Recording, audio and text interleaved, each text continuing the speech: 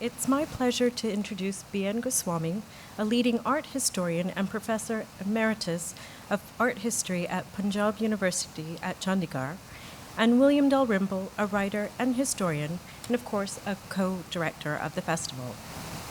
As an art historian and curator of South Asian art at the British Library, I've avidly read and consulted Goswamy's publications on Pahari and Sikh devotional painting.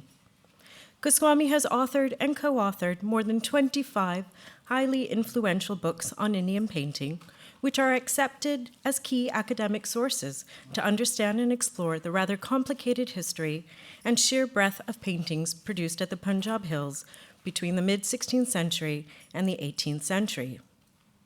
Here in London, and particularly amongst the rich collections of South Asian art at the British Library, there's only a small and rather obscure collection of Pahari paintings, the most important of which is an illustration to the Bhagavata Purana showing the marriage ceremony of Vasudeva and Devaki and is attributed to Fatu, the son of Manaku of Guler, who is one of the most prolific and brilliant painters of the 18th century, and the subject of the conversation between Dalrymple and Goswamy today. Goswamy's most recent publication, Manaku of Guler, documents the legacy, the elder brother's artistic journey. Ironically, Manaku's most important work, the illustrated Gita Govinda of 1730, which consists of 150 illustrated folios, was commissioned by a lady named Malini. And to this, I turn you to William Dalrymple, who's examined a lot of these paintings alongside Goswamy, and will discuss the two brilliant artists of the 18th century.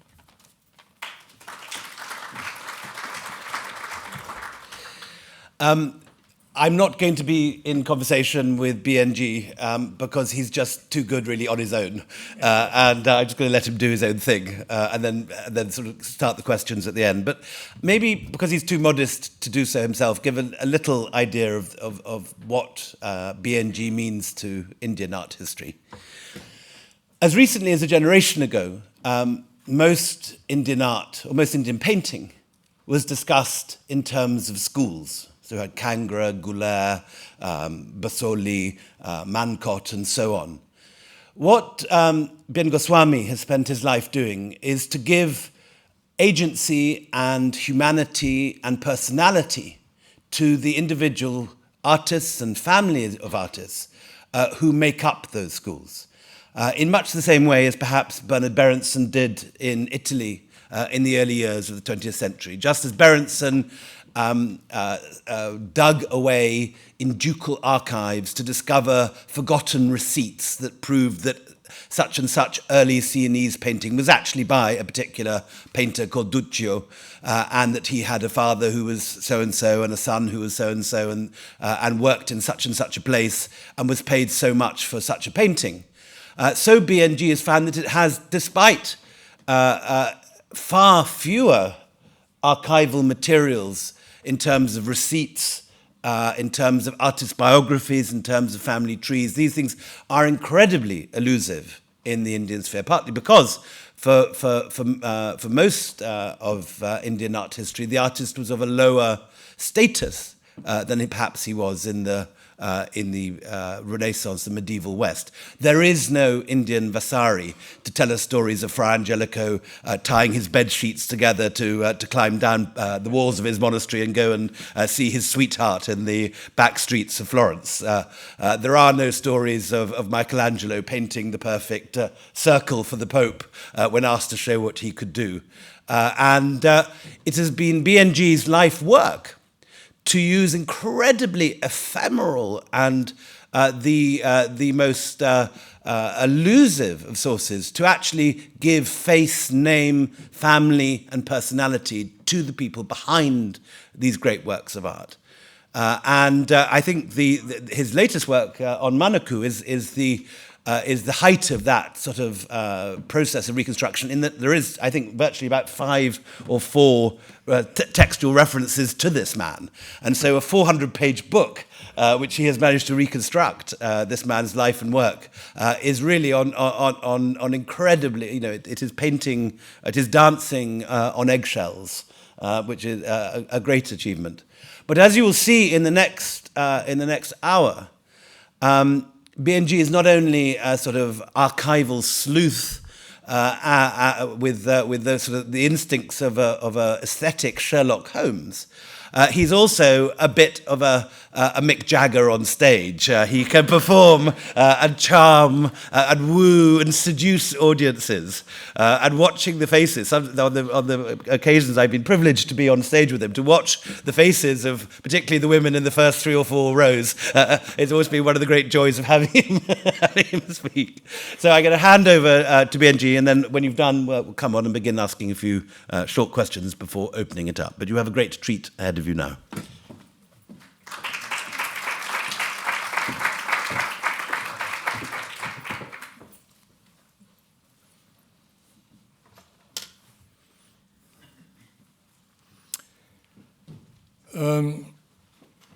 You run a bit of a risk when you are here listening to me talk about 2 people that are virtually unknown to most people. But let me begin a bit perversely by not talking about these painters, but citing for you 2 wonderful utterances in the Persian language. One is meant for all of you, you and me, and the second is addressed directly to myself. A poet by the name of Mir Taqi Mir in the 18th century said, "Le saans bhi ahis," as a work of a person who is lost in thought and comes up with things that we shall soon see.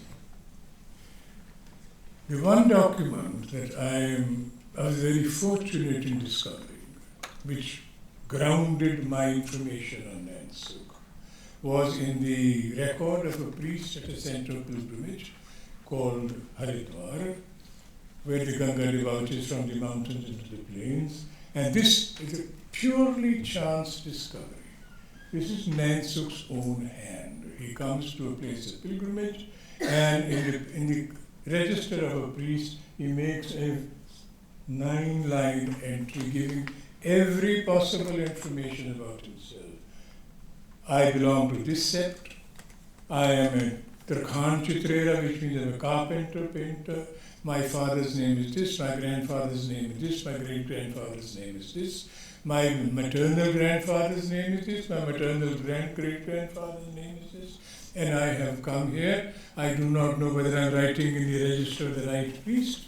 My elder brother was here. And if some priest is able to bring proof to me that my elder brother made an entry in the register of a different priest, that will be more authentic. With this reservation, I write this. A man cautious, precise, aware of what he's doing, and he gives a date, 1820. Not of the Christian era, not a common era, but the Samvat translates to 1763. That is the date, exact date, the year.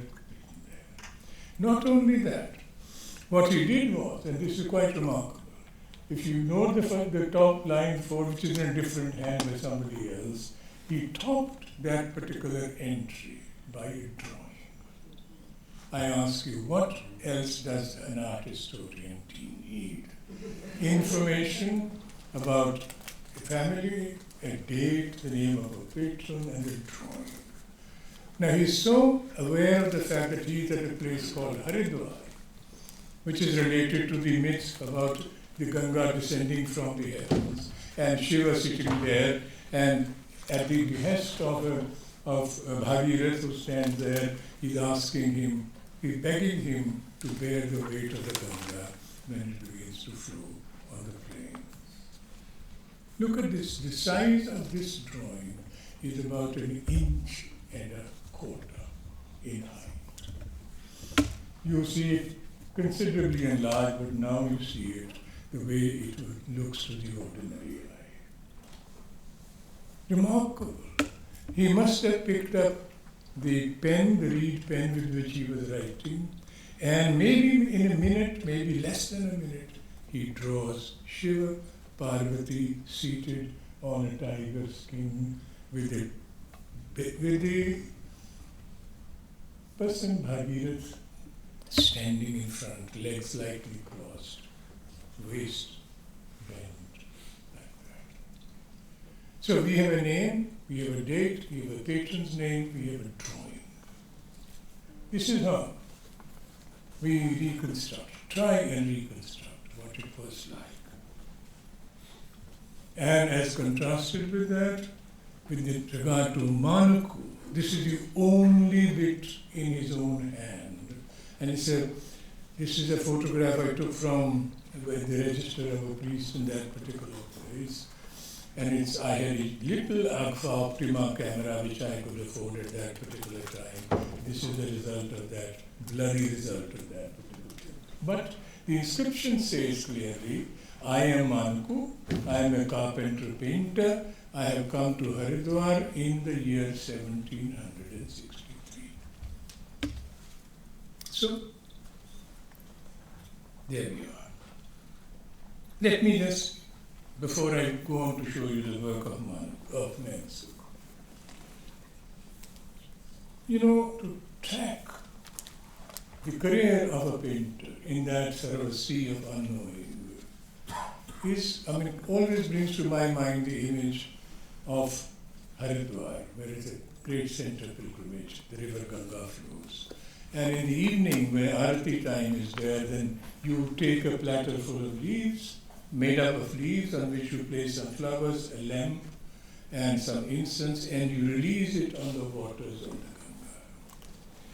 When you are standing on the bank, it begins to float. And if you are able to keep track of it.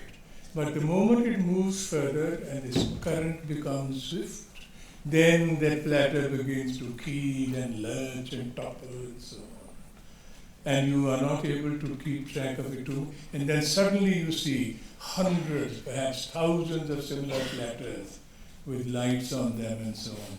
And that it merges with them. You cannot keep track of it forever. So you can make a beginning in terms of getting some information about painters, but you cannot pursue it beyond a point. Nainsukh was a remarkable fluency of line. He had just the control, and he did this the simplest of fashion. A single line in the middle of the page drawn from left to right creates two different planes. A copy of a Mughal painting, the Emperor Aurangzeb, along with the person. The space that he creates is unbelievably credible. Makes drawings like this of a governor of the Punjab, a Muslim, Mir Manu by name. All must have done within a matter of minutes. The fluency of his brush is beyond belief. But look at this. A prince seated, Zorawar Singh, and a dancing girl has come from the plains, and she has an accompanist group, performers, percussionists and so on, and she's dancing. But the moment she picks to show us the steps of the dance, she must have done a chakkar and kathak, and as she finishes the chakkar and so on and so forth, she throws her hand up in the air like this, like kathak dancers do even today, and picks up that exact moment to render. Behind her, and this is something quite characteristic of Nainsukh, behind her these accompanists. And slowly it seems he lost more or less interest in the patron, and was very, very interested in people of the lower rank, performers, servants, like this. Just notice the gestures, the stances. The man in the middle who's playing on a pair of cymbals, neck slightly craned and looking exactly. And the other one is clapping, this one playing on a pair of tabla drums. Remarkable studies of characters. We have some finished paintings by Nainsukh also, of course, and this is one of those rare things where Nainsukh himself, the painter at the extreme right, standing behind his patron by the name of Balwant Singh, who was an aesthete, who was probably a pretender to a throne, always had visions, fantasies of grandeur, and so there he sits. And there are these performers. It's a leisurely evening. Music is being played, painting is being looked at, remarks are being made, quietude prevails. This is how a painting is being seen. Nainsukh stands like a humble servant, hands folded, waist bent at the body bent at the waist. But what is remarkable is this: the performers, the percussionist, this dark-skinned gentleman here, and if you notice his fingers, the fingers of his left hand, he's about to strike. No, it's poised. I mean, this precise crackling moment. The painter picks up.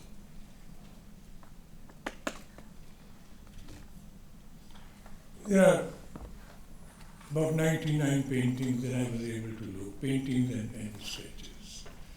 A few of them surfaced after that, maybe half a dozen of them, but no more than that. And there's a long scroll, and you see in that his patron, Balwant Singh, going on horseback to attempt to a forest where a priest who betrayed him eventually points out that the goddess is there, whether she was there or not. And so this is the priest.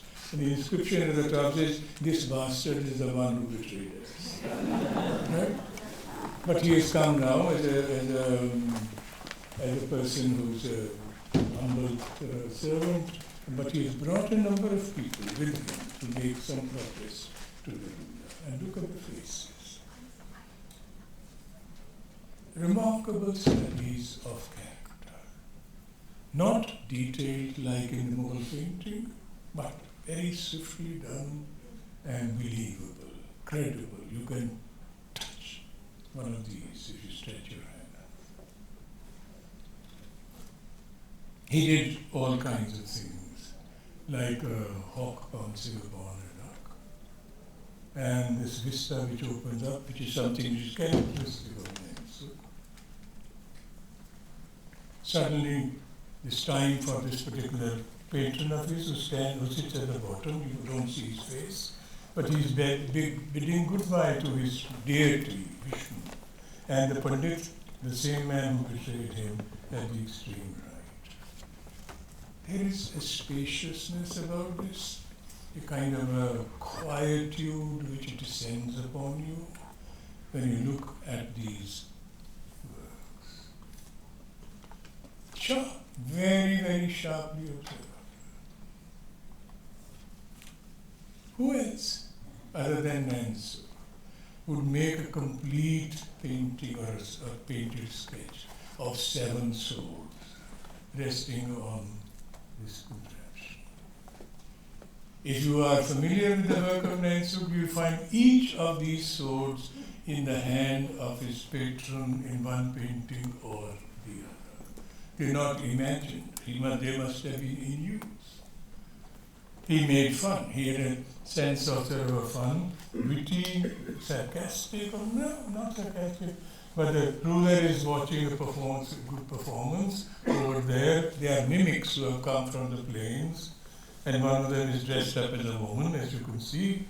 And if you see that particular crowd, this man at the bottom is mimicking the patron, smoking a hookah. He just made a little strip of something and he's sitting in the exact same arrogant, slightly superior status. And this man who must have been off the road or something like that. But look at the group of performers, the accompanies behind. Who else than Nainsukh could have done a thing like this? You see this as a great facade of a palace, but slowly when the eye travels, then you see right at the top his patron, tiny little figure. And what is he doing? The inscription says, Sama barkhada dikhde henge janab, meaning His Majesty or whoever is honored is up there, he is watching the clouds of the monsoon gather in the sky. Moments like this, caught forever, for us to relish, savor, admire. But Nainsukh also did this wonderfully mysterious things. A great big barge floating down the river, and in that there is a whole world, as it were. A mountain clad in snow, figures, elephants, architecture, the patron perhaps seated up there. What does it mean? What does it signify? Is there a higher meaning to this? I had my differences with a wonderful friend of mine, William Archer, here in London. We disagreed about a number of things and so on, but he wrote a wonderful description of what he thought this particular drawing signified. Life of the past floating by. But Nainsukh also dared to do things like this, completely unknown in the range of Indian painting. A quiet evening, fireside, silhouette, 6 or 7 people, simply clad. One woman to the right must have served them something moving inside, and the reflection of light on the eve of that little hut.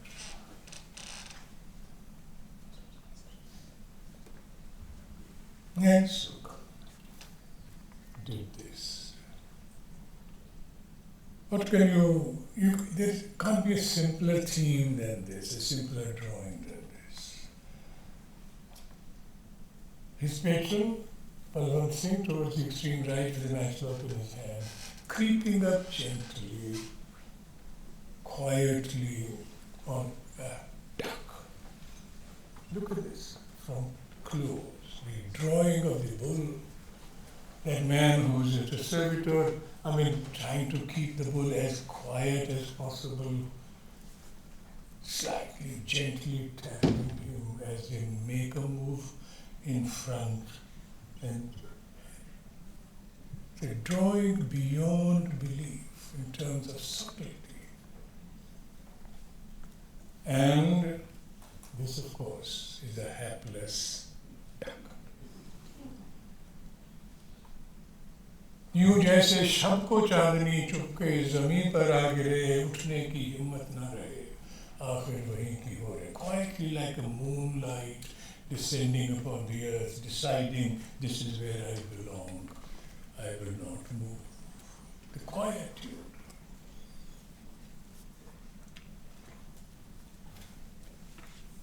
But his elder brother, Manaku, is a different kind of person. He is not concerned about duck shooting. He's not concerned about dancers and performers, and perhaps he is. But in his painting, he addresses themes which are grand. Addresses himself to a great theme like the Bhagavad Puran, one of the greatest texts that we have, 18,000 verses. He talks about the love of Radha and Krishna. We'll come to that in a minute. But this is what he creates, the cloud of unknowing. A friend of mine, Karl Kandalawala, no longer alive, he and I used to have this painting in front of ourselves, and just to while time away, we would say, let's see. We said, there are some art historians there, and he would point to, so this is so and so. And I would disagree respectfully. No, this is so. Whatever. Demons in the dark, casting about in the sea of unknowing. But this is what I began with, Manaku. The golden egg, Hiranyagarbha, it is called. Like in all cultures, there are questions about how did it all begin? What are the beginnings of creation? And Indian texts, right from the Rig Veda onwards, are rich in that. There are remarkable utterances How did it happen? There one day there descended from the heavens on high a golden egg and rested in the waters of eternity. That golden egg was like the breath of the gods, higher than the highest, brighter than the brightest, bigger than the biggest. And one day it cracked, slight crack, and disappeared, and out of that sprang creation. Why is it golden? The speculation says because the sun was hiding it. But a perfect oval. But what intrigues me and impresses me deeply is not only the golden egg, but the way in which he treats water around it. There are no waves, and there is no shore. From edge to edge it is all water. And what he does is creates these little eddies and walls, concentric sort of rough circles and so on. Suggesting, almost as if a dendrologist were here, how do you tell the age of a tree? By cutting a trunk and see how many rings are there, time upon timeless waters. That's how I read it. That's how I read it. I could be wrong, of course, but I have to be proven to be wrong. The quality of thought, the range of Manaku's reach is really truly remarkable. Takes a tiny little shloka from the Geet Govinda, in which it says this season of longing rather than Krishna's love and so on. But it says there are the hot winds blowing which are coming from the bellies of snakes which wind themselves around the trunks of sandalwood trees in the south, and they walk through this valley, and they'll come towards the north, and perhaps assuage to an extent the fire which burns within me, the fire of separation.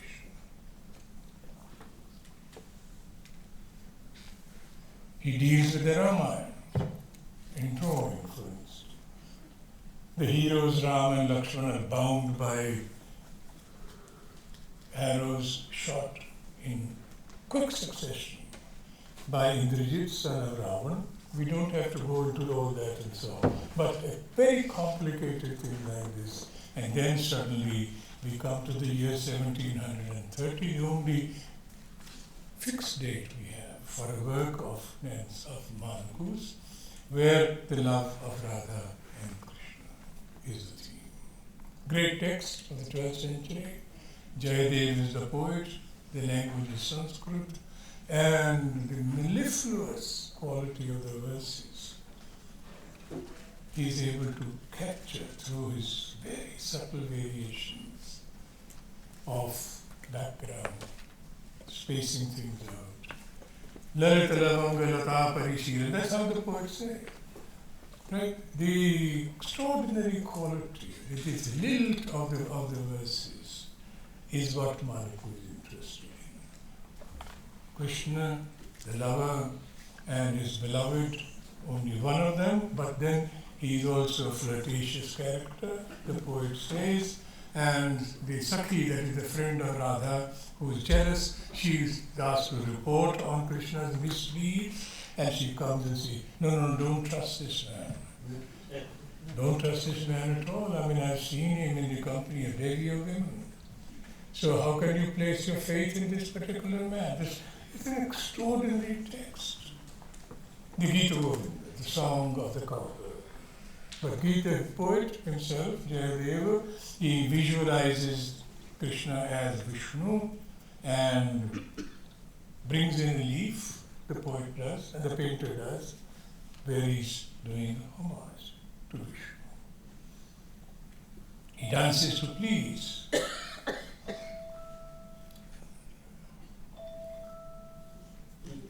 I hear the sound. Means I should be finding up in 5 minutes. Anyway, so there he is, Krishna dances to please. And these gopis around him and so on, all this. And It is interesting. Shesh Mahesh narration, so and so like this. Jaake Gungame Tako Ahir ki chokriyan Chachiya bar naach pe naach raja hai. The poet says that the greatest of the gods wait to listen to him or to have a darshan of him, and these cowherds who sell. I hope not just throw it. This is what he is, Krishna. Of the many names of Krishna which are contained in the Gita Govinda, one of them is Madhava. Madhava, sweet, from the word madhu, meaning sweet, sweet like honey. And why? And then because he's sweet like honey, little insects up and down surround him. But these seductive eyes, this dark complexion like clouds in the monsoon, this gaze. Towards the end of that particular long poem, there's the Gita Govinda, lovers' quarrels and so on, reconciliation, forgiveness, man and so on and so forth. But ultimately it ends like this, and Radha, that is the beloved, she becomes a great mistress, and she bids him, now you sit here, now you put flowers in my ears, now you comb my hair, and now you paint my breasts with floral patterns. And Krishna does that. He holds a brush in his hand, significantly however, in his left hand. And I think Manaku was left hand, the painter was. These images, these say from the Bhagavad Puran, they are extraordinary. Something like 300 paintings have survived of this particular series. It's a very, very extended text. And after the paintings finish, the drawings take over. We have sages who perform austerities for 1,000 years.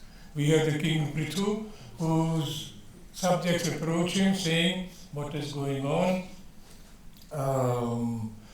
We are being completely starved of the earth, what it can yield, and the king says, I'll get the earth to yield her treasures to you.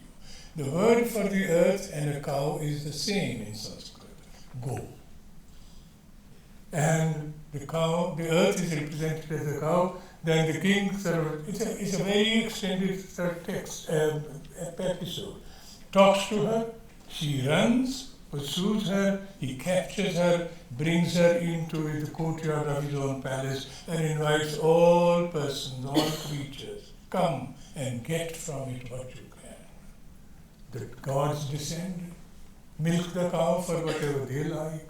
The snakes come, they take poison from the earth cow. Like this. Now, image after image, full of the greatest energy in the hand of Nainsukh. When the earth is taken to the waters, in the depths of the waters, then Vishnu, the great god, incarnates himself as the primal boar, and then he enters the waters, but before he does that, the demons create a kind of a terror-stricken world in which pieces of flesh and weapons rain down from the sky. The pretas run away, the Gandharvas run away, the sages take to flight, the demons escape, and so on and so on. But Vishnu stands there absolutely immovable because he is in control. Everything will be taken care of. Energy in these things. Dhruva, one of the attributes of Vishnu is, and Dhruva is an incarnation, is that he is a Vayuvahana, he is the rider of wind. And when he moves through the space, wind heals space. Then he finally becomes the pole star. Dhruva does. Brahma was created monster. He is the creator.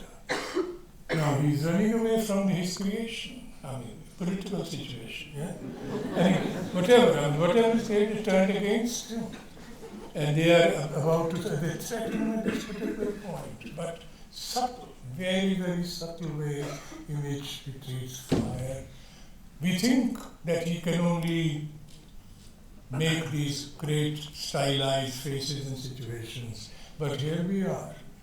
Also in the hand of Manaku, a group of people who are charlatans, Indra in 7 different disguises, and certainly, look at the quality of portraiture in this.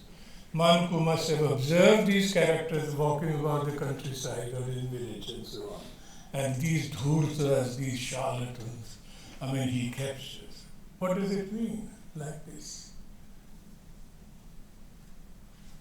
He was capable of turning his hand in a different direction.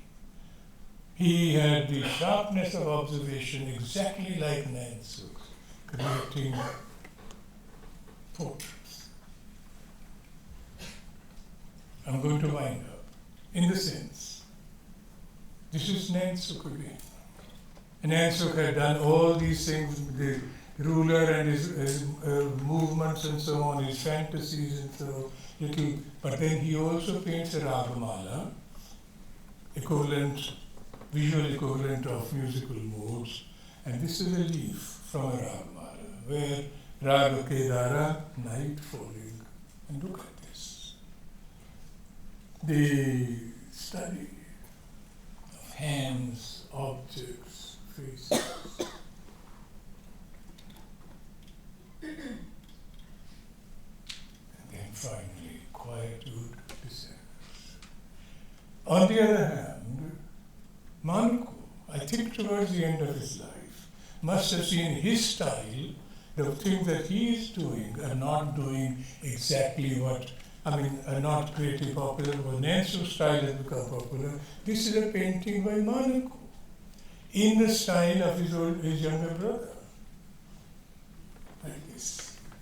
So, they are moving in different directions. They can move in an opposite direction. And I want you to see this. Painting by Nainsukh. Capture of wild elephants with the help of trained, domesticated elephants. Small picture like this, smaller than an A4 sheet in the Boston Museum. Look at this with some care. In the background there's a great big vista opening up. Down below there is Kolahal. There is a tremendous amount of noise and bluster. And you can see these tiny little figures trying to control these wild elephants and so on. Ropes being thrown, people shouting, the gourds in the hand falling and so on and so forth like this. So our eyes naturally get locked in this particular part of the painting.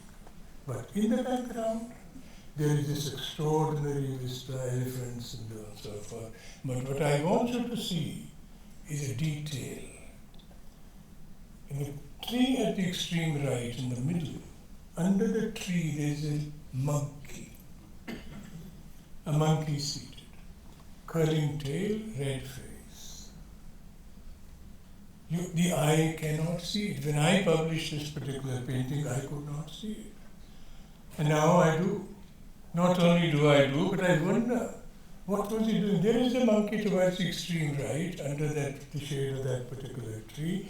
But if you allow your eye to travel to the left on a rock, over there are 2 deer. The eye cannot see them. So why did he paint them?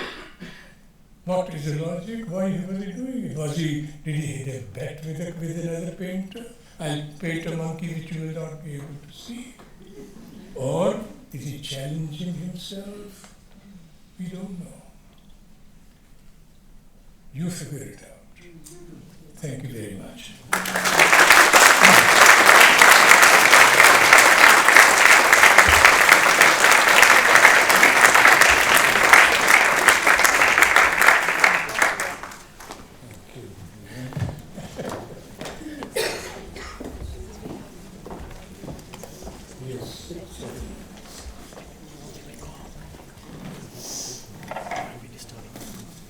Is it still working? Yeah. BNG, tell us a little about, you showed us the famous picture of Nainsukh's entry in the Panda scrolls in Hardwar. Just tell us that story about your discovery of that, because so much of what followed came from that one day. You know, when I was leaving years ago, when I was a friend of Archer's, as I was leaving, I was teaching at Heidelberg at that time. Bill Archer turned to me and said, he didn't read any script, he didn't have any information about this. He said, Bridget, he turned to me, I wish we knew something about these wretched painters. Typical. And that stuck in my mind. I said, if we don't have any information on the painters, so I went to back home. And I decided, remember that there's information at places of pilgrimage. That there are, for generations, pilgrims have come and when they perform rituals at a place of pilgrimage, and then they sign their names and their registrants. Or if they are not literate, then the Panda, the priest sign. It's organized by village and then within the village community. It's a treasure house. There are piles, these tomes are something like 500 leaves, sort of thick and so on, and they're tied in strings. It's very difficult to enter this particular word. I was in Haridwar, and I was looking for, information, not specifically on Nainsukh, but I was interested in Guler, because I knew there was this gifted family there. And I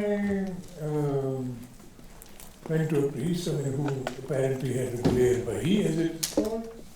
And he said, we have the Guler Bahi, but it is in a court. And what is in a court? You can't, not an Indian court. You can't get anything out of it. I was very dejected. And I was staying in a little dharamsala. But I had a reasonable equation with him, not him, but his family.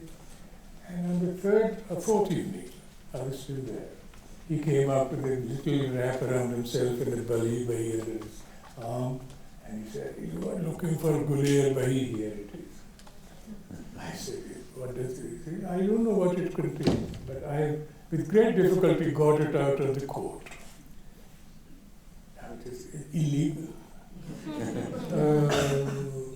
But anyway, I started thumbing through it, leaf after leaf after leaf. And then suddenly I came upon this. And you knew that there was one picture of what seemed to be Nainsukh taking Balwant Singh's ashes to Hardwar. This is what had given you the idea, was it? Yeah, exactly. No, Balwant Singh, was an strange character, a very lovable character in many ways. But Balwant Singh had died, and I thought this particular Nainsukh must have gone with his ashes for immersion in the Ganga. But it's not what I was looking for. And there it is, this sheet, it's, in a certain sense, changed the course of my sort of research. And as I said a moment ago, what else does the art historian really need? You knew nothing about Nainsukh, and suddenly you have this nugget of information to build on. We've just got 5 minutes. What I'd love you to do is we've talked so much about this family, the fact that this is a father, Panditsu, with 2 sons. Give us the difference, as you see it, between the Mughal system, where you have an Ustad sitting in Delhi or the Red Fort or moving to Allahabad or whatever it is, with a meritocracy of talented painters coming in from across the empire, against the system in the hills or in the Rajput courts, where you have these families working together, perhaps the women grinding the pigments. Yes. Just give a little sketch of that for us for a few minutes, the 2 different ways of producing paintings. I wrote an essay in 1968, where I presented a paradigm, which is different from the paradigm followed by art historians till that particular time, that styles were produced, were not to be named, but styles really grew up in the area that I'm talking about, the Pahari area and the Rajasthani area, the Rajput kingdoms, within families. And I had as my model Gharana in music, a family, right? So if you are a teacher is there, and then he teaches 3, 4, 5 members of the family or other people and so on, they will develop a style. And the ustads, the teacher, and the guru's style is the one which will be followed by them. So if there's a Kirana Gharana, somebody maybe may have come from the eastern part of India and he'll still be singing in the style of his guru, something like Kirana. Minor variations, some expansion of the road, that of course is there. So this was my thought, that styles grew up within families, right? And if a member of the family, and if a painter, the family grows, of course, a painter, a young man, sort of is not able to be absorbed by the patron of that little kingdom, so he would go somewhere else, but he'll take his style with himself there. So style stays within the members of the family, and it's not, Kangra, let's say, is a large kingdom, used to be a large kingdom at one time. If there are 4 families of painters working in different styles, then what do you call them? Kangra A, Kangra B, Kangra C, Kangra D, or you say that this is the style of this particular family, this family, this family, this family. And that by and large has come to stay, to be accepted. Nobody can prove it, but this is the way it is. The informality, the warmth with which exchanges took place between father and son, cousin and so on and so forth. And the... Take it down one generation. So we've had Panditsu, two sons, Nainsukh and Manaku. What happens in the next generation? Because they disperse across the world, or do they regather again? What I have said is, this is, we don't have names. We have names of the sons of Nainsukh, 4 sons, 2 sons of Manaku, right, like that. So Fattu and Kushara, and then we have 4 sons of Nainsukh. Nainsukh style prevails, right, has come to stand the test of time. And it is in his style, more or less, that these next generation produces some of the most brilliant paintings on the all of Indian art. Or series of, of Geet Govind, of Bhagavad Puran, of the Gargamala. Gargamala is a misleading thing and so on. But it was in the possession of the Raja Teri. So there are 4 or 5 major series which we say in the style of the first generation after Nainsukh, second generation after Nainsukh. And within that family, minor variations of style. Yeah. Fattu likes the angular buildings. That's more erotic and sensuous. Exactly. So I can. Malini was here and she said we don't have very many Pahari paintings here. I'd be happy to see it. I can see it like this is the work of so. I worked with this for a number of years, and I fancy that I have developed the eye to be able to identify this. Over to you. We have 5 minutes questions up the top there, and straight up there. One more afterwards.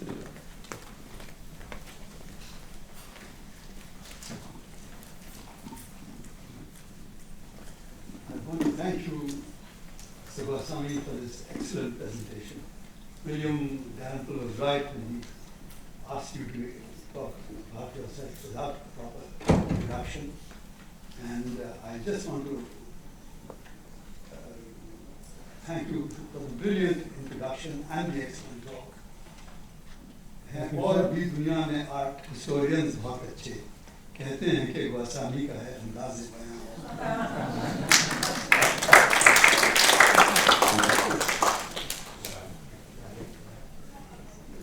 One question, yeah, in the front. I just wanted to know whether this family, you say you have found the descendants, are they still painting? Yes, they are. They're still producing art? They are. And how similar is it to what? Yeah, it is the style you can recognize immediately. The quality has gone down. There is no conviction in the work that they do. That is the problem. The skills available in miniature sort of painting at this time in the country are unbelievably high. But they are producing imitative work. There is not, the heart is not there. And there is, there's no conviction. It's a surface. And whereas these paintings I fancy, there's a great deal of depth in them, and you could recognize. You can close your eyes and can hear the painter speak to you. But he has the eldest son has a job part-time in the Dharamsala Museum. Yeah. So part-time he's a curator, part-time he's a artist. I'm afraid we have to wind up now, but great privilege as always been indeed.